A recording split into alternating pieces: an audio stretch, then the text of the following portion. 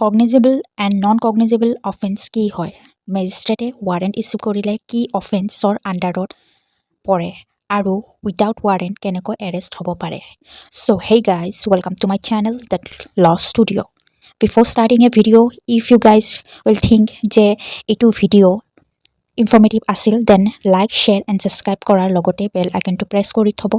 যাতে এনেকুৱা ভিডিঅ' আৰু লৈ আনিব পাৰোঁ চ' কগনিজেবল অফেন্স কি হয় আহক আমি ডেফিনেশ্যনটো চাওঁ Section 2C CRPC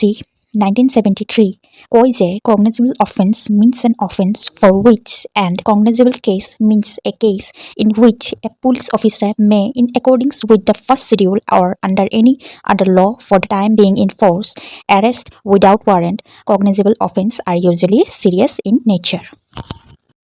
so অৰ্থাৎ পুলিচ কমিশনাৰে এৰেষ্ট কৰিব পাৰে উইদাউট এনি ৱাৰেণ্ট মিন্স এনেকুৱা এটা অফেন্স যোনটোৰ কাৰণে পুলিচ কমিশনাৰে ৱেইট কৰিব নোৱাৰে ৱাৰেণ্ট ইছ্যু হোৱালৈ like example murder kidnap dowry death rape etcetera so' এতিয়া আহক জানো নন কগনিজেবল অফেন্স কি হয় Section 2L CRPC 1973 কয় যে non cognizable offence means an offence for which and non cognizable case means a case in which a police officer has no authority to arrest without warrant. Part 1 of the first schedule to CRPC shows that offenses which are punishable under the IPC. Some example of CRPC non-cognizable offense like assault, cheating, causing miscarriage, voluntarily causing hurt, etc. So I hope it is how different example of cognizable offense and non-cognizable offense. Section 302 IPC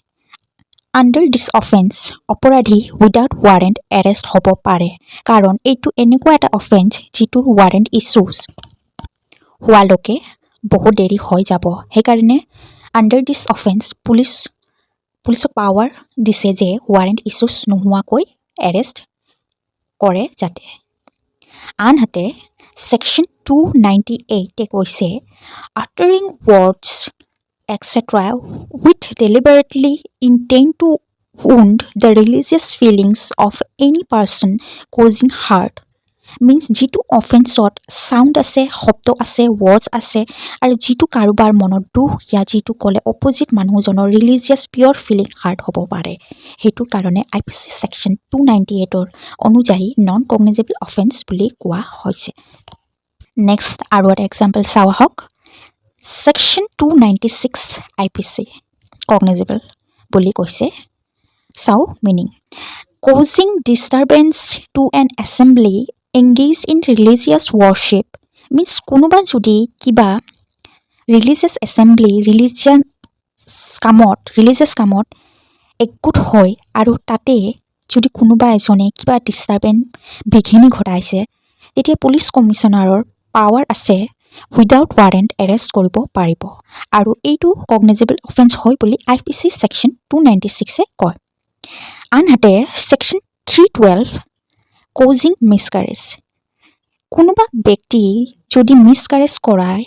কাৰোবাৰ then এইটো non cognizable offence হয় আৰু without warrant arrest কৰিব নোৱাৰে বুলি under Section 312 of IPC কৈছে চ' এইটোৱে আছিল difference between cognizable and non-cognizable offense. Hope আপোনালোকৰ এইটো ভিডিঅ' ভাল লাগিছে আৰু ইনফৰ্মেটিভ লাগিছে চ' ইফ আপুনি যদি ভাবিছে এনেকুৱা ভিডিঅ' আৰু লৈ আনিব পৰা যায় দি চেনেলটো ছাবস্ক্ৰাইবৰ লগতে বেল আইকনটো প্ৰেছ কৰি থ'ব so' that you get first notification এইটো ভিডিঅ' এজন এডভকেটৰ কাৰণে ইম্পৰ্টেণ্টটো হয়ে লগতে normal citizen as well as যোনে কম্পিটিটিভ এক্সামৰ কাৰণে প্ৰিপেৰেশ্যন কৰি আছে তেওঁৰ কাৰণেও ইম্পৰ্টেণ্ট হয় আজিৰ কাৰণে এইখিনি ধন্যবাদ